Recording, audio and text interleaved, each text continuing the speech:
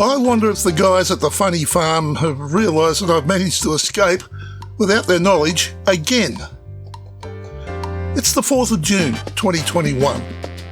In my video covering the Air Highway on YouTube, I seem to recall having been critical of the road into the Euclid complex. It was horrible.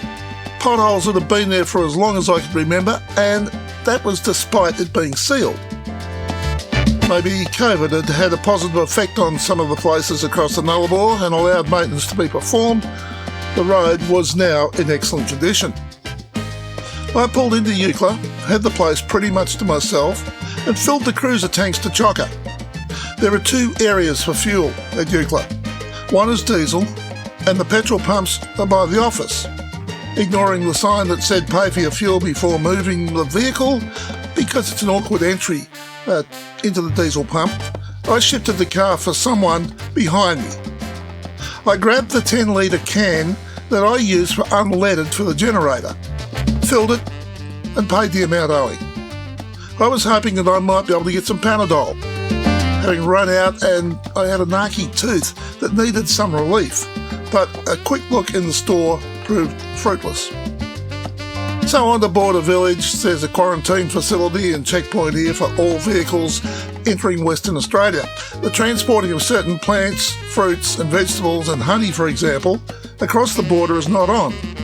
And if you haven't consumed it, they confiscate it. Travelling east, the checkpoint is St Juna, which puzzles me. There's a lot of country and tourist spots between the border and St Juna. I parked the van, did my upload, made a couple of phone calls and then prepared to leave. As I drove around the car park, a lady alerted me to the fact that I had left the step behind. That's not the first time that had happened. I went back, grabbed the step and found that I had also not shut the door.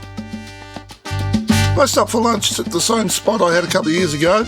It was really the first view you get of the ocean travelling east and looks back along the Euclid coast. It was too early to think about camping, but a bit further on I found a rest area with a track leading down toward the ocean. Rather than risk it by being caught unable to turn the van around in the past, and many of the tracks in the area having been decommissioned, I took a stroll down to the edge. There was room, and there was a drop straight into the ocean. But having seen images of expanding sinkholes in the news, I figured it would just be my luck, and I abandoned the plan to set up camp at that spot. And so I reached what looked like an ideal spot to pull in for the night. Plenty of camping sites, well spaced in amongst the small trees, chose my patch of dirt and dragged the Jenny out to charge the batteries. I went to grab the 10-litre container of unleaded, which was still sitting outside the door of the office back in Euclid. Enough said. What is that term of endearment my son uses? Silly old bastard.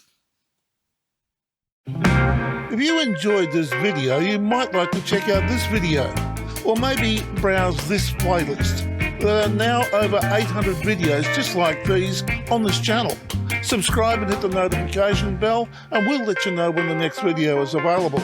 If you like this video, hit the like button, comment, and feel free to share with your friends.